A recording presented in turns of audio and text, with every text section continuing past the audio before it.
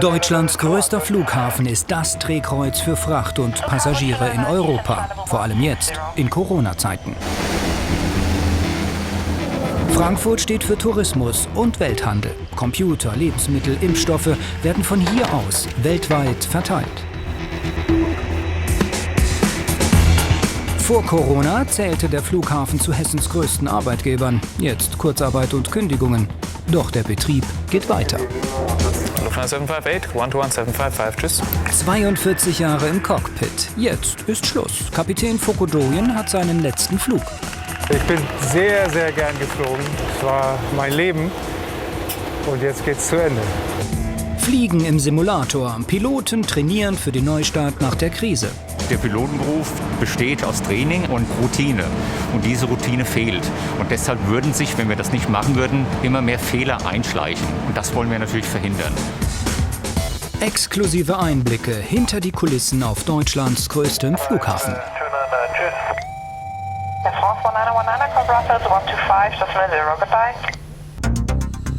Fliegen ist für Piloten der Traumberuf. Doch mit 65 Jahren ist Schluss im Cockpit der Fluggesellschaften. So sind nun mal die Regeln. Ein Tag, den leidenschaftliche Piloten fürchten. Kapitän Fokodoyen startet zu seiner letzten Dienstreise. Ja, also nach fast 23 Jahren MD-11-Fliegerei ist das jetzt heute mein letzter Abflug vor der Rente. Und das gebe ich gerne ehrlich zu, das ist schon etwas, was mich emotional sehr berührt. Und ja, das Leben wird sich ändern, das geht weiter, ist klar, aber mit völlig anderen Prioritäten. Und ich bin sehr, sehr gern geflogen. Es war mein Leben oder ist mein Leben. Und jetzt geht's zu Ende. Nicht das Leben geht zu Ende, aber die Fliegerei. Für Piloten fast das Gleiche. Markus Schwarz und Michael Schwinn begleiten ihn. Es sind nicht nur Kapitänskollegen, sondern es sind auch Freunde. Und insofern ist es etwas, was natürlich ganz toll ist, jetzt für mich auf dem letzten Flug, diese beiden Männer dabei zu haben. Kapitän Doyen durfte seine Wunschcrew selbst zusammenstellen für seinen Abschiedsflug. Die meisten Flüge hatte er mit Michael Schwinn. Was zeichnet Foko aus? Sehr sympathischer Freund seit vielen Jahren, sehr zuverlässig, immer für einen da, ganz einfach, ganz prima Freund. Also ich bin ganz happy, ihn als guten Freund zu haben. Große Ehre für mich. Es ist jetzt ohne despektierlich zu sein, Chef, aber es ist schon fast so ein väterliches Verhältnis. Und als ich relativ jung hier zur KO gekommen bin, da war es dann schon so, dass man zu Männern wie dem Foko und auch dem Michi aufsehen konnte. Und ich bin auch aufgrund von den beiden mit reingeschlittert, um dann mehr Aufgaben zu übernehmen. Zum letzten Mal fährt Fokodoyen mit dem Crewbus über den Flughafen. Für den 64-Jährigen schon jetzt ein Abschied.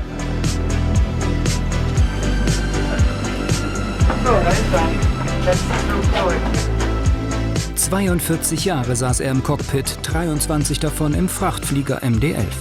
Die vielen schönen Erinnerungen, heute sind sie alle da. Kollege Michael Schwinn hat nächstes Jahr seinen letzten Flug. Amerika, Asien, Afrika, Katar, Australien, Neuseeland. Er hat viel von der Welt gesehen. Fokodoyen war Flottenchef. Er war für die 400 MD-11-Piloten verantwortlich. So. 22.800 Stunden saß er im Cockpit. Die meiste Zeit in seinem Lieblingsflieger. Als ich mich da zum ersten Mal in einem Flieger dann in den Sitz gesetzt habe, habe ich so aus Spaß gesagt, hier werde ich mal pensioniert. Und dann haben sie alle gelacht. Und ich habe selber nicht dran geglaubt. Aber man sieht, das Flugzeug hat mich begleitet und fasziniert und es gab keinen Grund, hier wegzugehen. Ich bin das Ding halt immer sehr gern geflogen. Trotz aller Emotionen, er bleibt Profi und beginnt mit den Flugvorbereitungen. Im Frachtraum Maschinen, Medikamente und 3 Hunde. Routine.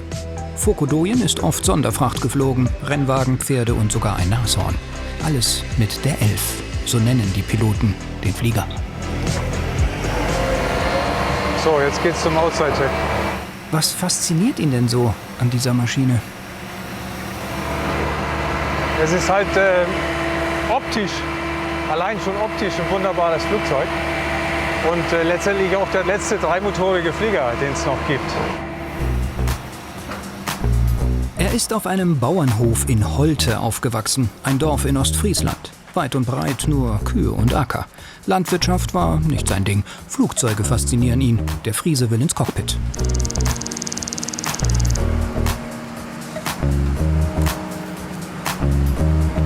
Ja, also die Entscheidung war eigentlich die, dass ich Flugingenieur geworden bin. Nach dem Ingenieurstudium bin ich zur Lufthansa gekommen und zum Flugingenieur ausgebildet worden. 1978 war das, also schon ein paar Jahre her. 10 Jahre später wird er Pilot, steuert die Boeing 747, damals das größte Passagierflugzeug der Welt. Nach 8 Jahren wechselt er als Kapitän zur Cargoflotte. Seitdem fliegt er MD-11, jetzt zum letzten Mal. Ich hätte meine Familie gerne noch mal dabei gehabt, aber durch Corona geht das natürlich alles gar nicht. Es ist schade, sehr schade. Ich bin froh, jetzt einfach mit 2 Kollegen zu fliegen, die ich sehr schätze, die ich gut kenne. Und wir werden Spaß haben. Ehefrau und seine 3 Kinder planen eine Überraschung bei seiner Rückkehr.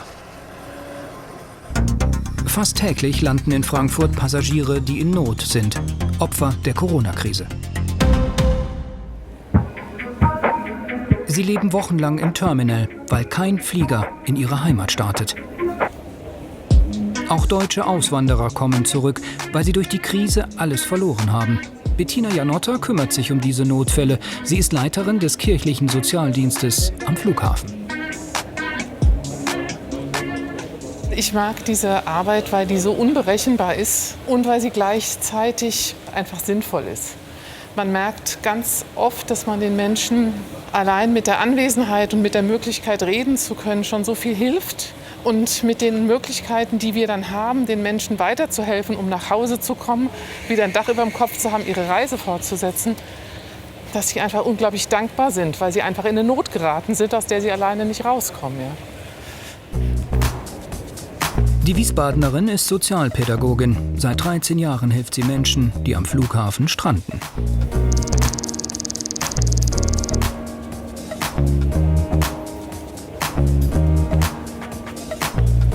Bettina Janotta ist auf dem Weg zu ihrem ersten Fall. Eine Heimkehrerin. Eine Deutsche.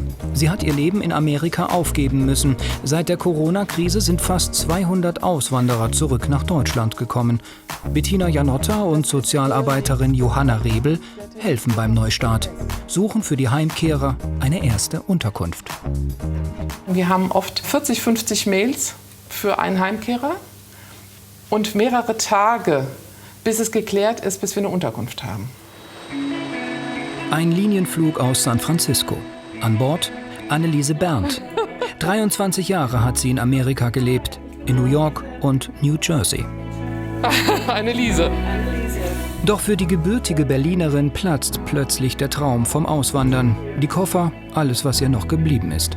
God, I'm home. Ja, Sie sind wieder angekommen. Oh my God, I'm home. Such a good feeling. I'm here. Ein Unfall hat sie aus dem Leben gerissen. Sie wird von einem Auto angefahren. Der Fahrer flüchtet, wird nie ermittelt. Anneliese Berndt muss wiederbelebt werden. Sie liegt 2 Jahre im Krankenhaus, lernt wieder laufen.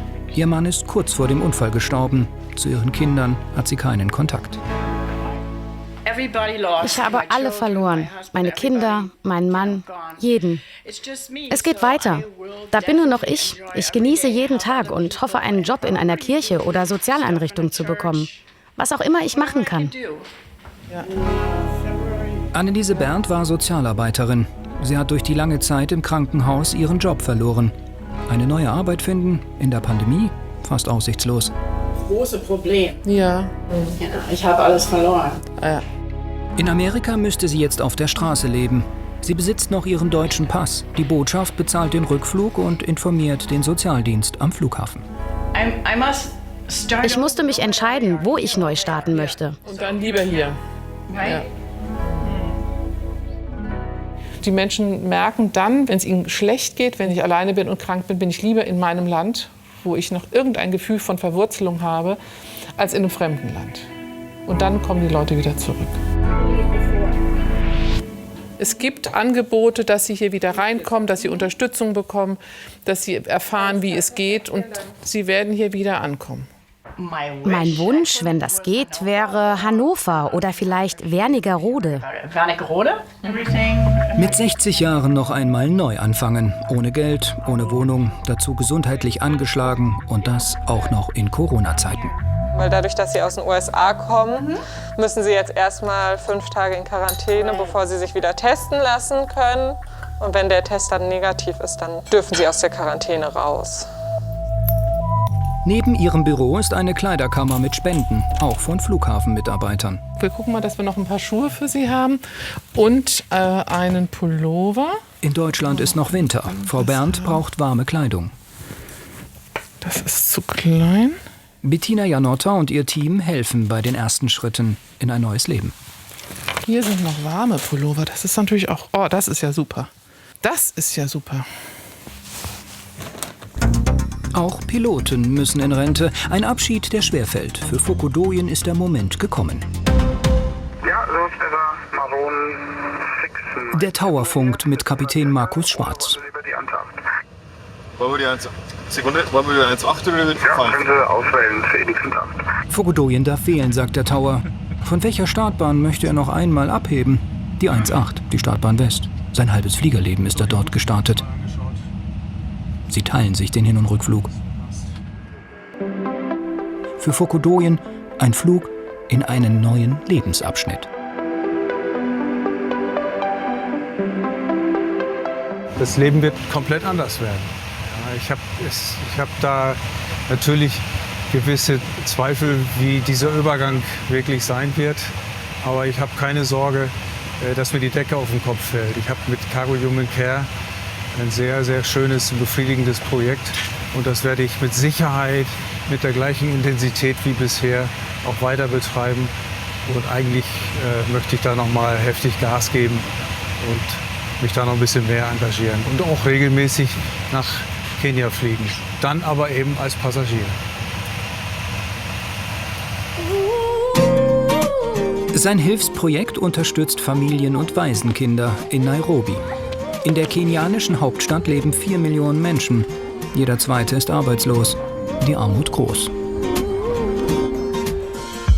Auf seinen vielen Flügen nach Nairobi lernt er 2004 John kennen. Der 10-Jährige hat einen Herzklappenfehler. Für eine Operation fehlt der Familie das Geld. Fokodoyen wohnt in Idstein. Auf dem Weihnachtsmarkt sammelt er Spenden für John. Dann fliegt er zurück nach Kenia. John kann operiert werden. Die Armut in Nairobi berührt Fokodoyen. Er gründet das Hilfsprojekt Cargo Human Care. Mit Freunden und Kollegen bauen sie ein Waisenheim. 120 Kinder leben hier. Ein Heim mit Schule, Jugendhaus und Betreuern. Die meisten Kinder haben ihre Eltern verloren. Durch Hunger, Unfälle oder AIDS. Das Heim soll die Kinder auf ein selbstständiges Leben vorbereiten. Das Projekt lebt von Spenden. 40 € pro Monat reichen für eine Patenschaft. You want to become a pilot one day? Yes. 50 Ärzte arbeiten für das Mothers Mercy Home. Ehrenamtlich. Auch aus Frankfurt. Fokodoyen möchte noch ein Altenheim und Trinkwasseranlagen bauen. Es gibt noch viel zu tun in Kenia. Doch vorher fliegt er noch einmal nach Atlanta. Danke. Flug LH8172 ist startklar. Macht's gut. Tschüss.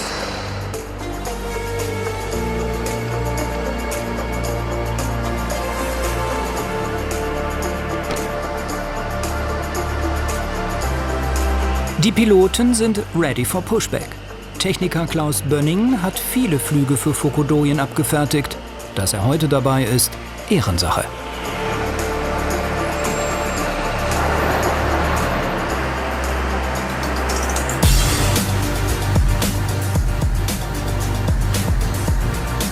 ...21 Jahre alt ist dieser Flieger. Die MD-11-Flotte wird auch bald in den Ruhestand geschickt, ersetzt durch moderne Frachter von Boeing. Dass dies kein gewöhnlicher Abflug ist, spürt Fokodoyen. Das ist für ihn der letzte Pushback in Frankfurt.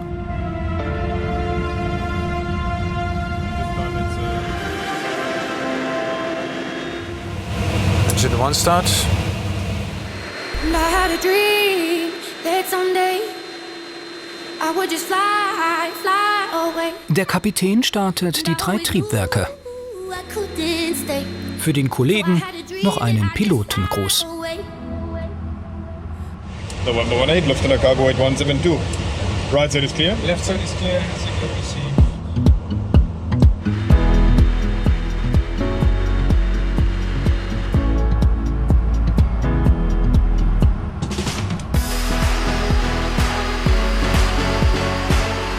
Right turn, straight out. Straight out. Hunderte Male ist er diesen Weg lang gerollt. Mit seinem Lieblingsflieger.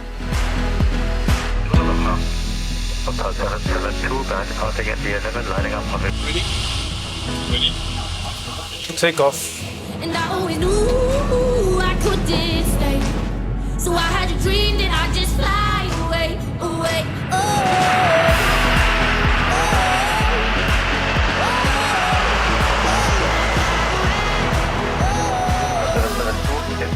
Bis Atlanta fliegen sie 8 Stunden. Die will Fokodoyen so lange wie möglich im Cockpit sitzen. So schnell wird er seinen Platz nicht räumen. Autopilot 1 is on. Aber morgen muss er das Cockpit verlassen, auf seinem allerletzten Flug zurück nach Frankfurt. Im Terminal 1 ist der kirchliche Sozialdienst eine Anlaufstelle für Passagiere, die Hilfe brauchen.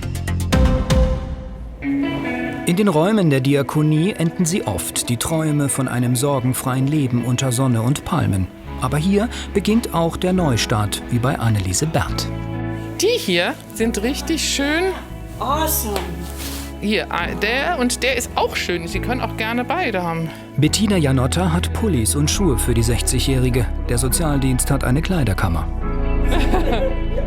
Nach einem Verkehrsunfall lag Anneliese Berndt 2 Jahre im Krankenhaus in New Jersey. Ihren Job hat sie verloren. In Amerika wäre sie obdachlos. In Deutschland hofft sie auf einen Neustart mit Arbeit und Wohnung. Es geht jetzt so weiter, dass sie erstmal für heute in diese Unterkunft fahren kann. Dort kann sie bleiben bis zu 10 Tagen. Dort gibt es Sozialarbeiter, so wie wir auch. Und diese Sozialarbeiter, die helfen ihnen weiter bei den nächsten Schritten, die dann kommen. Dann ist die Frage Sozialamt, Jobcenter, Krankenkasse. Das wird dann alles besprochen dort vor Ort mit den Sozialarbeitern. Krankheit ist der häufigste Grund, warum Deutsche ihr Leben im Ausland aufgeben. 2 Heimkehrer betreuen sie pro Woche. Jetzt geht Frau Berndt ihren Weg weiter. Wir haben diesen kleinen Zwischenschritt vorbereitet und jetzt lassen wir wieder los.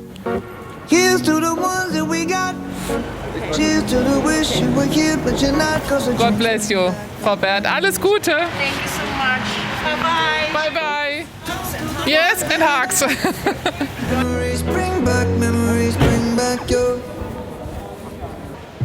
Bettina Janotta ist mit einer Kollegin im Terminal B verabredet. Wegen der Corona-Krise übernachten hier Passagiere, weil ihre Flüge ausgefallen sind. Auch bei einer Studentin aus Rumänien. Das heißt, sie hat ihren Flug verpasst aus Rumänien, weil der zu spät war. Sie hat ihren Weiterflug nach Tunis deshalb nicht bekommen. Sie ist Tunesierin. Ihr Corona-Test war dann abgelaufen. Sie musste einen neuen Corona-Test machen. Und seit wann ist sie jetzt hier? Sie ist hier seit vorgestern, am 10. Seit vorgestern, okay. Das geht ja fast noch. Es gibt ja schon Menschen, die viel länger hier sind. 2 Nächte, okay. Okay. Wir haben viel mehr zu tun. Reisen ist viel komplizierter geworden. Es gibt ganz viele Probleme mit dem Corona-Test, weil jedes Land hat andere Bedingungen. Und es gibt viel neue Einreisebedingungen und Bestimmungen. Das ist jetzt noch ein anderer Herr, um den wir uns kümmern. Der Mann wollte nach Japan. Die Airline hat ihn abgelehnt. Sein Corona-Test war nicht ausgedruckt. Eine Nacht hat er im Terminal geschlafen. Okay, your paper for you. Huh? Er musste einen neuen Corona-Test machen. Bettina Janotta hat das Ergebnis in ihrem Büro ausgedruckt. Jetzt darf der Mann wieder fliegen. And you fly today? Tonight. Tonight. Okay, bye bye. Also es gibt Länder, es gibt Airlines, die wollen einen ausgedruckten Corona-Test. Wo sollen die Menschen hier einen Corona-Test ausdrucken? Das ist kein Drucker hier. Und deswegen, also Sie haben gefragt, was Corona für uns bedeutet. Also die Einreisebedingungen sind schwieriger geworden. Das Thema Corona-Test ist ein ganz großes. Die laufen ab, die sind in der falschen Sprache. Und der Corona-Test im Transit ist möglich, aber sehr teuer. Und wir haben hier im Transit im Moment sehr, sehr viel zu tun mit Menschen, die umsteigen. Das sind die Langstreckenflüge. Die Menschen kommen vorwiegend aus Amerika, Kanada oder anderen Ländern, gehen weiter nach Afrika ganz oft, Zentralafrika, und da gibt es ganz viele Probleme.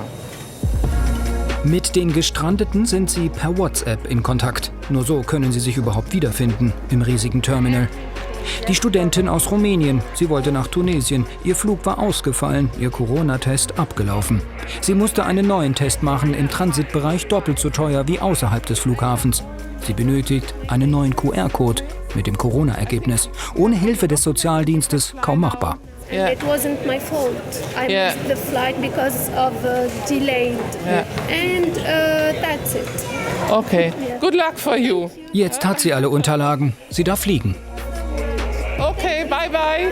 Bye. 2 Nächte hat die 26-Jährige im Terminal geschlafen. Im Transithotel war noch ein Zimmer frei. So viel Glück haben hier die wenigsten. Es gibt Menschen so wie Sie, die können 1, 2 Nächte so gut verkraften. Aber es gibt auch Menschen, die eine Dame, junge Frau, die ich hier hatte, die lief an Krücken. Wir haben ältere Menschen, wir haben kranke Menschen. Also für manche Menschen ist das sehr, sehr anstrengend. Man kann hier nicht schlafen, man hat nichts Richtiges zu essen. Das muss man sich einfach nur mal selber vorstellen, wie es einem gehen würde, wenn man da 1, 2, 3 Tage so verbringen würde. Ne?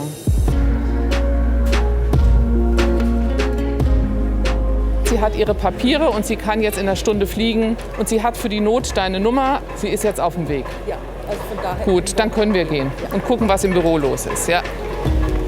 Im Büro braucht diese Frau Hilfe. Sie hat ihren Job verloren im Disneyland Paris. Seit Wochen versucht sie, nach Hause zu fliegen. Die Luftfahrt ist in ihrer schwersten Krise. Doch die Piloten müssen fliegerisch fit bleiben. Europas größtes Luftfahrt-Trainingscenter ist im Norden. Hier stehen 21 Flugsimulatoren. Seit Beginn der Pandemie hat Lufthansa ihren Piloten ein Trainingsprogramm verpasst, damit sie nicht aus der Übung kommen.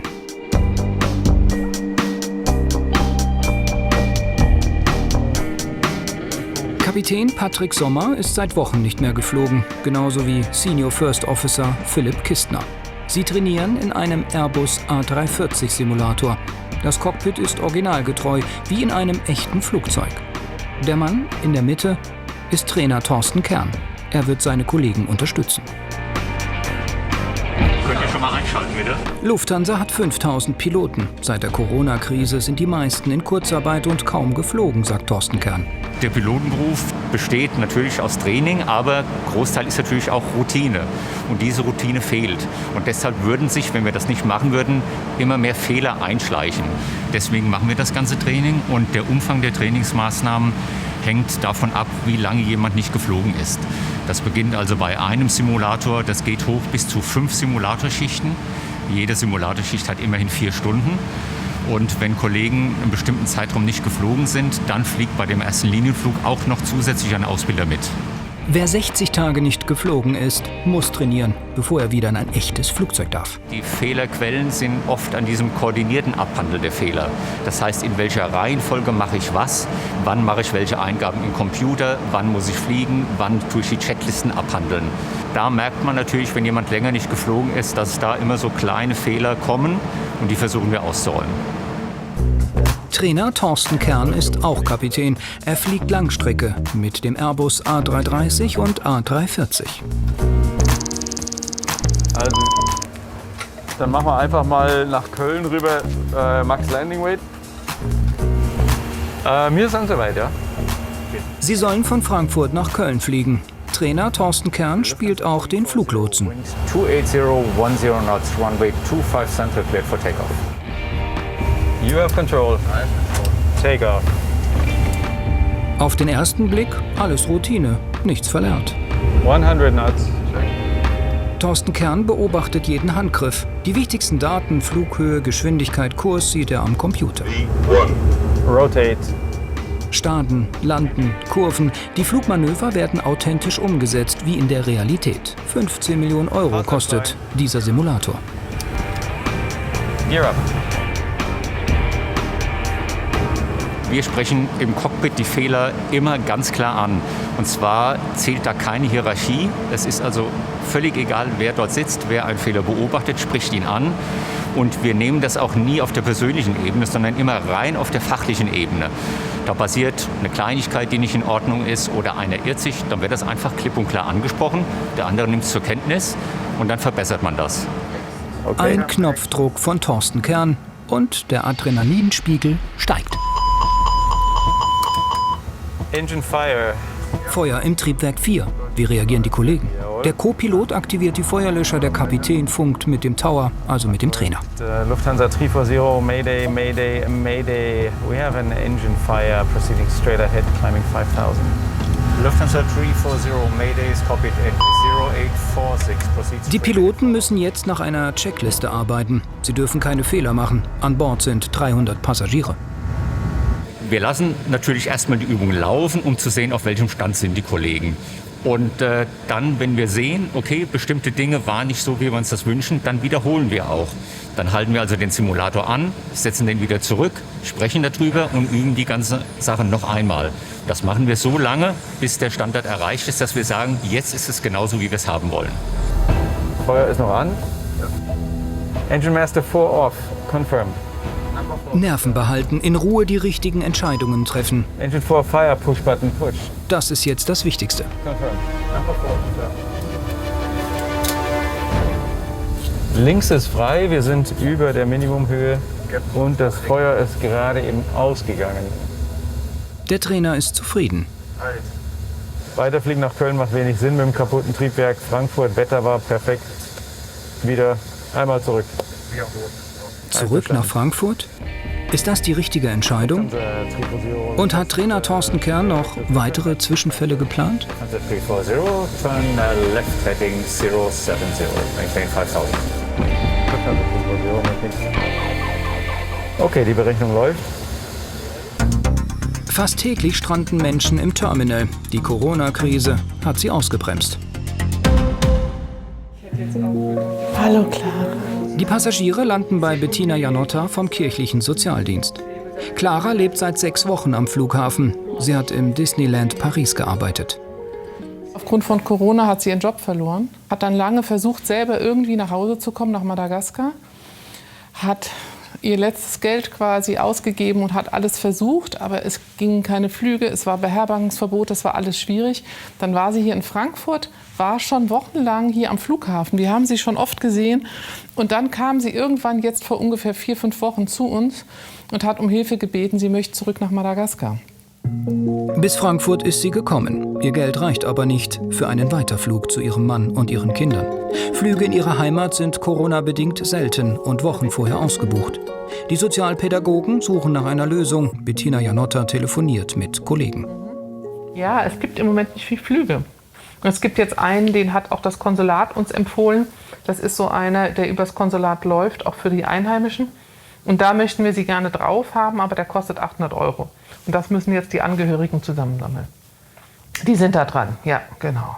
Dann warten wir einfach ab. Okay, danke. Tschüss. Tschüss. Voilà, c'est ça. On devrait réfléchir si vous voulez peut-être aller dans le champ. Für diesen Flug braucht sie Geld. Und jetzt versucht ihre Schwester mithilfe der restlichen Familie das Geld für diesen Flug zusammenzubekommen. Und währenddessen lebt sie hier am Flughafen, muss mindestens noch mal 2 Wochen hier bleiben. Johanna Rebel und Bettina Janotta kümmern sich jeden Tag um Clara.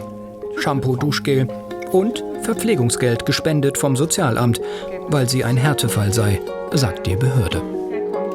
Das ist ja am Flughafen nicht viel, 10 €. Aber es gibt einen Supermarkt, wir geben immer mal ein bisschen Essen von uns dazu, bringen noch mal was. Wir haben so kleine Vorräte, geben Kaffee, was zu trinken, sodass die Menschen schon einigermaßen damit über die Runden kommen. Jetzt dadurch, dass sie eben so lange auch da ist und wir sie schon so lange begleiten, dann baut man natürlich auch eine Beziehung auf zueinander. Und dann ist es schon wichtig, dass sie gut versorgt ist und dass sie auch hoffentlich ganz bald nach Hause fliegen kann. Sie ist nachts einfach draußen auf den Stühlen und das über Wochen. Und sowas kommt öfter vor. Das ist hart, ja. Und dafür, finde ich, ist sie noch sehr freundlich und höflich. Ich weiß nicht, ob ich noch so freundlich wäre.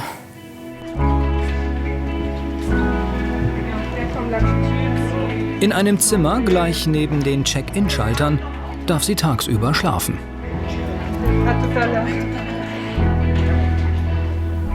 Draußen im Terminal ist es einfach nicht möglich. Da ist es zu laut, da sind zu viele andere Menschen. Und gerade nachts kann man dann auch nicht schlafen. Dann ist es ganz gut, wenn die das tagsüber hier mal machen können. Wie lange darf sie jetzt hier schlafen? Bis um 4. Um 4 schließen wir und sie darf eben auch nur hier bleiben, solange wie wir da sind. 3 Wochen später kann sie endlich fliegen zu ihrer Familie nach Madagaskar. Für Bettina Janotta und ihr Team geht die Arbeit weiter. Jeden Tag, von Schicksal zu Schicksal. Sie helfen Menschen in Not am Frankfurter Flughafen. Kapitän Fokodoyen muss in Rente. In Atlanta startet er zum letzten Mal als Flugkapitän.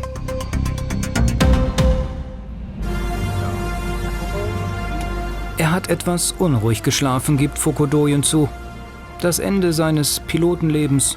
Für ihn ein Auf und Ab der Gefühle. Yes, we are ready for pushback and engine start. The park brake is released. Parking brake is released. We're going to start entering. We're going to start pushback. An Bord ist wieder sein Wunschteam. Die Flugkapitäne Markus Schwarz und Michael Schwinn. Left side is clear. On-hand signal received. Normalerweise hat der Frachtflug die Nummer LH8175, doch heute heißt der Flieger Foco One. Good morning. Foco One is approaching taxiway Romeo 6. Heute darf die ganze Welt wissen, der Ostfriese Foco hat seinen letzten Flug. Atlanta ist der größte Flughafen der Welt mit 5 Start- und Landebahnen. Foco One reicht eine. Ready? Take off.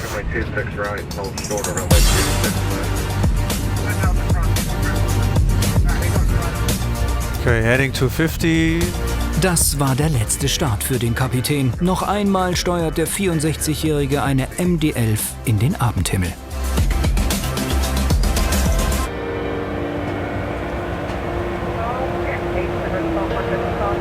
Jede Minute will er jetzt im Cockpit genießen.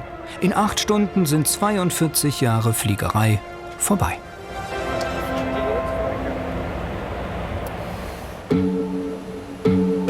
Vier Stunden später.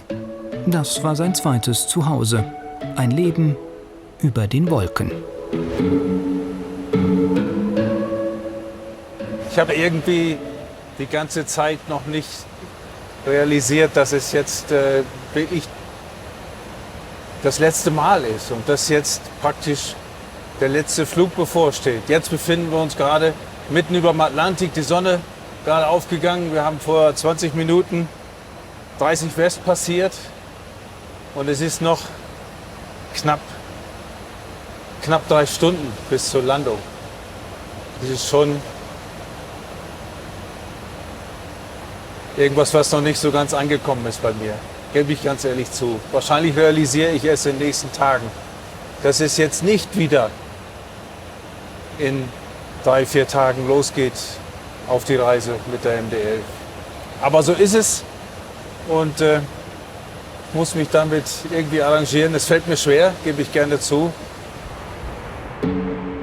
19 MD-11-Frachtmaschinen waren für seinen Arbeitgeber im Einsatz. Fokodoyen ist sie alle geflogen. 4 der alten Flieger besitzt der Konzern noch. Die Maschine heute erinnert ihn an seine Anfangsjahre als Cargopilot.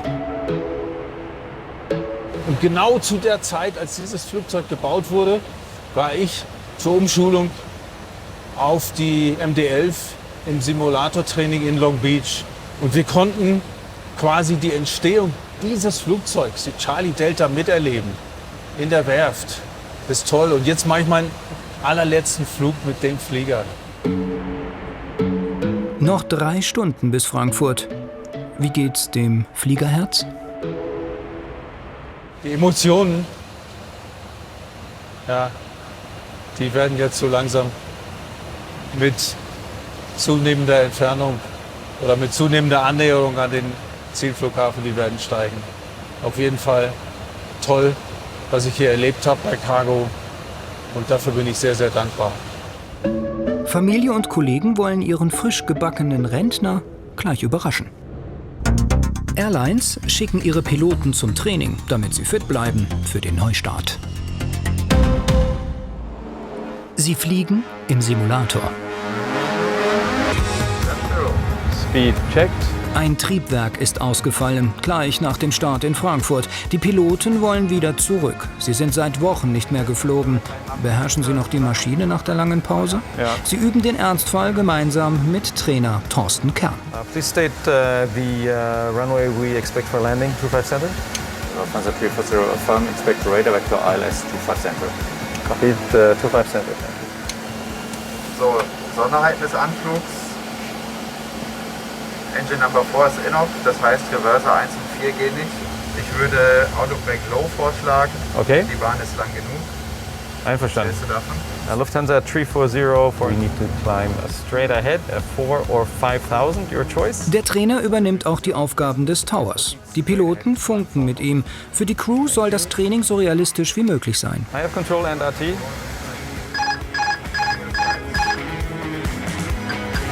1000. Speed checked. Anflug auf Frankfurt Airport. 50, 40, 30, 20, retard. Boiler. Trainer Thorsten Kern kontrolliert jeden Handgriff der Kollegen. Lufthansa 340, stop on the runway.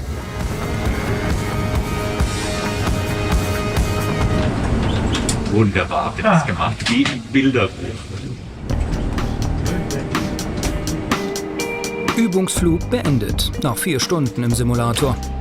Wie zufrieden ist Trainer Thorsten Kern mit der Leistung der Piloten? Man hat gemerkt, die Herren waren ja noch nicht so lange draußen aus der Übung. Und wir hatten ein Triebwerksfeuer nach dem Start simuliert. Das Problem beim Triebwerksfeuer ist, dass es ein zeitkritischer Fehler ist. Das heißt, das Kunststück heißt Feuerbekämpfung und trotzdem gleichzeitig wieder zügig zu landen. Und das lief sehr gut. Der Standard war gut, die Kommunikation war sehr gut, das Abhandeln der Checkliste war sehr gut. Und wie lief das Training für die Piloten? Ich bin jetzt nicht extrem aufgeregt oder angespannt, aber es ist trotzdem immer noch mal ein bisschen Adrenalin und ein bisschen Aufregung ist immer mit dabei. Kann man wahrscheinlich auch messen, der Puls wird wahrscheinlich höher sein. Vorm Simulator und auch im Simulator, weil es ja auch einfach eine Stresssituation ist. Man vergisst dann sehr schnell, dass man im Simulator sitzt. Sie sind dann mitten im Geschehen und ich hatte es zum Glück noch nie im richtigen Leben, aber ich glaube, das kommt der Sache schon sehr nahe. Und ähnliche Situationen, also wirklich noch nichts Dramatisches, aber man verhält sich im richtigen Flugzeug tatsächlich genauso wie hier im Simulator und das gibt ein gutes Gefühl, muss man sagen. Das funktioniert. In 60 Tagen müssen sie erneut in einen Simulator. Es sei denn, sie fliegen mal wieder mit einem echten Flugzeug. Fukudouyen bleiben nur noch wenige Minuten im Cockpit. Dann ist sie vorbei, die Fliegerei. Die emotionalste Landung seines Lebens liegt vor ihm. 42 Jahre hat er seinen Traum gelebt. Noch einmal darf er über Idstein fliegen. Hier wohnt er. Ja, das ist Idstein. Genehmigt von der Verkehrskontrolle mit Abschiedsgruß. Fokker One, dann wünsche ich noch natürlich einen guten Ruhestand von der Belegschaft. Und weiter geht's dann mit Tower 11878. Macht's gut. Fokker One, vielen Dank. Und wann war der letzte Update? Gute Zeit? Ja, schön, macht's gut. Fukudouyen darf nicht mehr funken. Er ist schon mit dem Landeanflug beschäftigt. Kollege Michael Schwinn muss die Glückwünsche entgegennehmen. Das ist eine ganz dünne Schicht, ne? Aber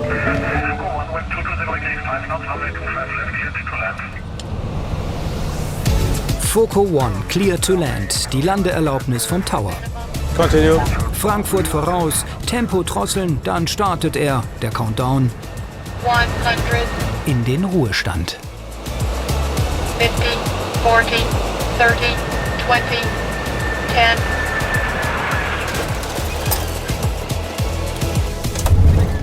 Lass mich rein. Hydrogenous.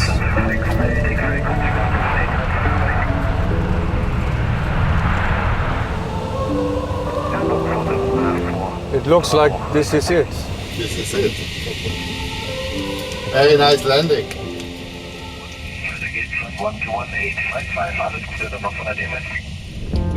Der Tower wünscht alles Gute. Auch die Follow-Me-Fahrer sagen Danke, Foko. Eine extra Eskorte für den Kapitän.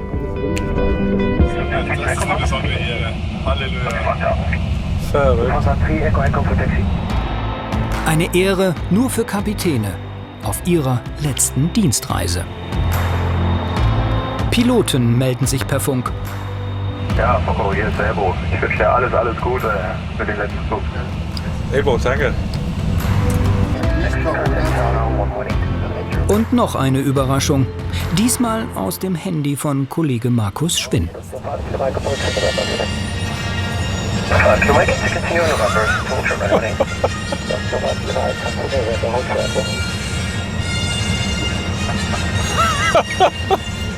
Oh, Männer. Oh. Die Filmmusik von Star Wars, erschienen 1977 zur gleichen Zeit, als Foko Doyen seine Fliegerkarriere startet. Mission Foko One ist hiermit offiziell beendet.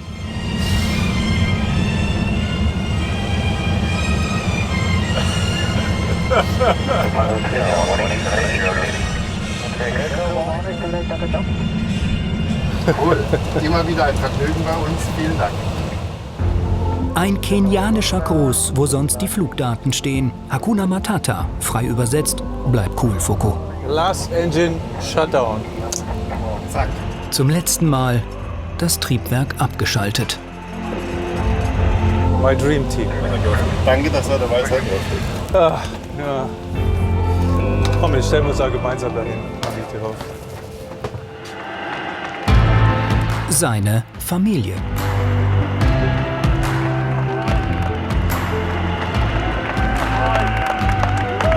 Seine Kollegen.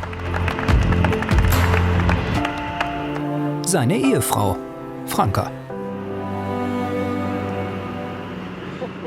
Ja. Oh. Nimmt einen schon mit. Sein letzter Flug. Mit Leib und Seele war immer dabei.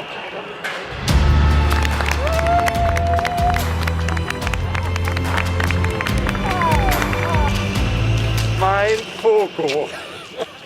Die sind doch wohl für. Die werden doch wohl für meine Frau sein. Mit ihm hat er jahrelang ein Büro geteilt. Kollege Dirk Vogel, Flottenchef der modernen Boeing-Frachter. Fokos Tochter Kim. Sein jüngster Sohn Till. Sohn Lutz. Mit Ehefrau Alexandra. Beide sind auch Piloten. Franka und Foko haben sich vor 38 Jahren in einer Boeing über den Wolken von Amman kennengelernt. Sie war Flugbegleiterin, er Flugingenieur. Du bist jetzt ein letztes Mal als Foko One nach Hause gekommen. Danke für alles, Foko. Sogar der Personalvorstand aus Hamburg ist angereist. Von uns ein riesiges Dankeschön und ein ganz riesiges alles Gute für die Zukunft. Kein Jetlag, keine Nachtflüge, kein Pilotenleben. Was macht er jetzt mit seiner vielen Freizeit? Sohn Lutz hat da schon eine Idee. Wir haben nächstes Jahr einen Garten umzubauen, da kann er dann helfen. Viel tragen und Gartenarbeit, und Rasenmähen. Hat er zu tun. Wir werden ihn beschäftigen. Ja. Eins ist sicher, Foko wird noch intensiver für sein Hilfsprojekt arbeiten. Cargo Human Care ist sein Lebenswerk. Die Airline wird ihn dabei auch weiterhin unterstützen. Ihren Rentner, ihren außergewöhnlichen Ex-Kapitän. War ein bisschen viel. Und ich glaube, da brauche ich ein paar Tage, bis ich das verarbeitet habe. And I had a dream that someday I would just fly away. And I always knew I couldn't stay. So I had a dream that I'd just fly away. Oh.